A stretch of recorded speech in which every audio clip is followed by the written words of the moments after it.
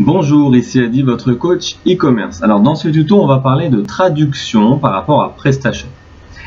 Je vais essayer de vous expliquer comment fonctionne la logique des traductions. Pour rappel, n'oubliez pas que j'ai une formation complète PrestaShop que vous pouvez télécharger qui, elles, sont des tutos avec partage d'écran, ce qui vous permet vraiment de voir l'ensemble du back-office de PrestaShop.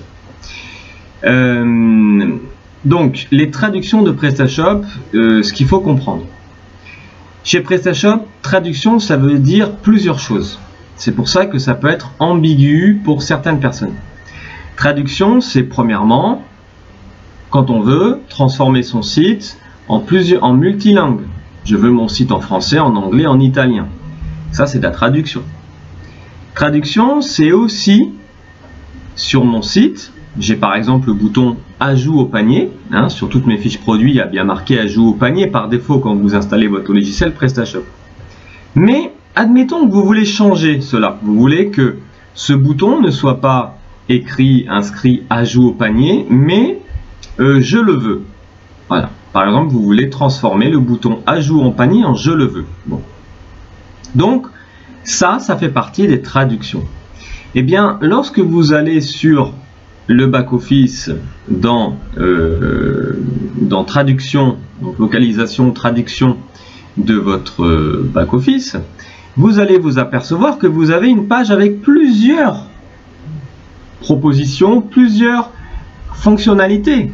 Alors que je suis bien sur traduction, mais j'ai plein de choses et donc je suis perdu. Je vais vous donner un autre exemple. Vous avez toujours dans cette même page, dans traduction, vous avez ça veut dire que c'est là où on va également changer tous les emails qui sortent de PrestaShop. Je m'explique. Lorsque une personne passe une commande sur votre boutique, elle reçoit bien un email automatique du logiciel PrestaShop. Ce mail automatique, c'est pas vous qui l'avez fait. C'est PrestaShop qui, initialement, a prévu ce qu'on appelait une série de templates email prédéfini, pré-écrit. Bon, ben peut-être que cet email-là, vous voulez le changer, que ce soit l'aspect visuel ou l'aspect au niveau ou en termes de contenu. Vous voulez rajouter dedans un message en plus. Bon, eh bien c'est également dans traduction que vous allez faire tout ça. Donc lorsque vous êtes sur l'onglet traduction de PrestaShop, vous avez plusieurs fonctionnalités et chacune de celles-ci ont une fonction différente, des actions différentes.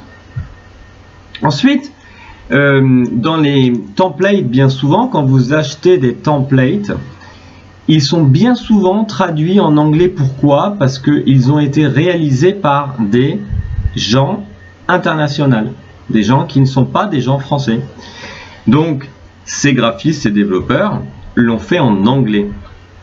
Quand vous l'installez le thème dans votre site, eh bien, il y a des titres, il y a des boutons qui sont en anglais et vous allez être obligé de les traduire par vous-même pour qu'ils puissent avoir la description que vous souhaitez leur donner. Eh bien, c'est pareil, vous allez dans traduction pour aller dans la fonctionnalité du thème avec le nom du thème, la langue, et là vous allez éditer ce qu'on appelle les blocs, les hooks, bon, de l'ensemble du thème, et vous allez devoir un par un les traduire. Voilà, donc ça c'est important de comprendre comment fonctionnent les thèmes, les traductions. C'est la même chose pour les modules. Quand vous achetez des modules qui ne sont pas développés par un français, donc par un anglais, quand ce module va s'installer sur votre site, il y avoir dans le front office, alors back office, ça c'est sûr, ce sera en anglais, mais dans le front office, vous allez avoir des mots, des termes en anglais. Et bien c'est pareil, c'est dans traduction que vous allez traduire tout ça.